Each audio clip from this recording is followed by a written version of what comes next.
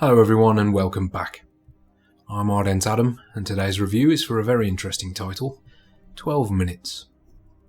This game is an interactive thriller. You feel the boots of a man stuck in a time loop. And if you can't guess by the title, you are reliving the same 12 minutes over. It starts with you returning home from work to your loving wife. The game is from a solo developer in Louis Antonio, who although has been credited on multiple titles previously, this is their directorial debut and first solo project. It's published by Annapurna Interactive, who you may know from Outer Wilds and What Remains of Edith Finch. Just as a heads up, with this being an interactive thriller, I've had to keep the gameplay footage minimal. The story is the main reason you're going to be playing this title, and to avoid spoiling it, I've had to keep it short and sweet.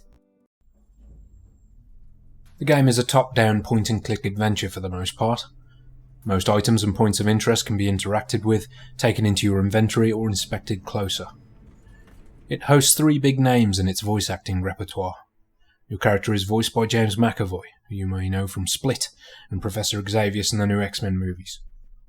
Daisy Ridley voices your wife, who notably plays Rey in the new Star Wars franchise, and Willem Dafoe, who even if you're a young buck you should know from playing the Green Goblin alongside Tobey Maguire in Spider-Man. Dafoe is the standout performance for me here.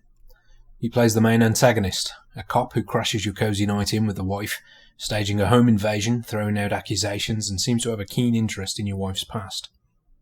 His voice is immediately recognisable, whereas I found myself struggling to catch any inflections from McAvoy throughout, which had me wondering if he was actually voicing the main character or someone I hadn't met yet. That's not to diminish his performance at all. In fact, it may sing to his praises that I don't recognise his voice in this. And I can't say I'm familiar with Ridley's vocal prowess, but hers didn't immediately jump out at me either. But all of the voice acting as you would expect from these names is solid stuff.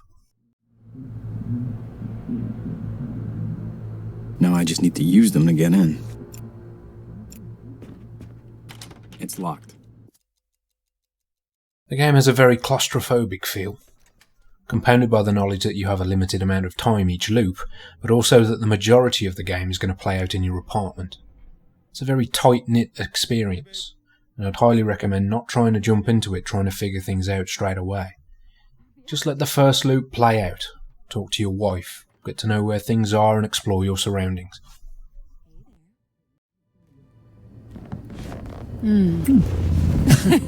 I didn't hear you come in. Best night ever. Guess who made dessert? Let me know when you're in the mood. The game does a good job here of drip-feeding you information. It's not about what you can do and how fast you can do it. It's about what you know, and how you can use that knowledge at integral parts in the next loop. Your first loop is going to feel like you don't have a lot of time to get much done anyway. You're going to naturally explore and take everything in. Whilst you're doing this, the game also does a really good job with the background audio. You can hear the storm kicking in outside, the neighbour's TV playing slightly too loud, and footsteps in the hallway outside from other residents passing. Even with all the background noise, it paints the picture that your wife has a special night planned for you, and it is just the two of you. Ready to eat. Police, open up. I'll get it. I'm with the police. Turn around, please. But it's not going to be long before your quiet night in is going to be interrupted by Dastardly Dafoe. And this event is going to be the first crucial moment in not only realising what's to come, but also the amount of time you have before he comes a-calling. Now you, hands What is behind going your on? back, please. Don't move. Help me! Will you come help me? Come on, don't. My wrist. I don't know. This is a mistake. Babe, will you tell me? This is a misunderstanding. Come on, I gotta cut my Look, hands free. You're under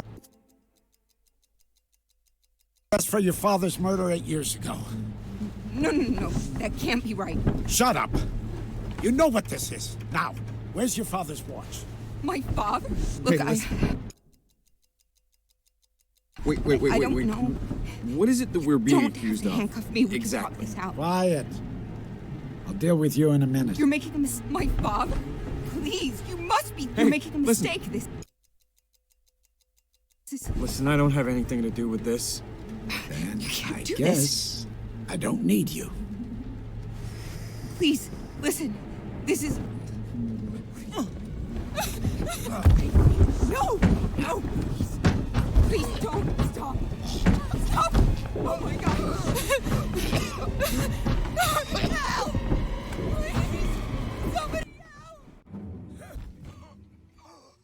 This is where the game takes off, and your noodle starts to strudel as you begin thinking, how can I prevent all this happening? How can I stop myself getting choked to death was my first selfish thought, which then cascades the more loops you play into, how do I stop her getting tied up? How do we stop him getting in? And you realise that there is no one simple answer to any of these questions, but a more prevalent question arises, and how can I change certain aspects in order to get to know more? That really is the driving factor here, and it is masterfully done as you realise your choices are going to affect how much you know, and how much you know affects what you can do differently. So you become stuck in a loop separate to the obvious mechanic, a sort of loopception, realising that you want to get information on why this is happening. Are the cop's accusations true? What's his motive? And is your wife being honest with you? You're going to quickly see that some actions drastically shorten the narrative, and others give you a vital snippet of backstory which at first seems innocuous and useless, and that in tripping up 3 times might make you realise your shoes were tied on the 4th. I can't really delve much deeper into the story without giving out some obvious tips and spoilers, and if there's one thing I can honestly urge you not to do is use a walkthrough to help on certain sections. Sure, there's going to be times where you're absolutely stumped, and the inevitable loop is quickly approaching, but the beauty of this game is having those light bulb moments, and a genuine satisfaction as the next piece falls into place. As I'm sure you've already seen, the graphics here are fit for purpose. It's not a game that needs to blow you away visually.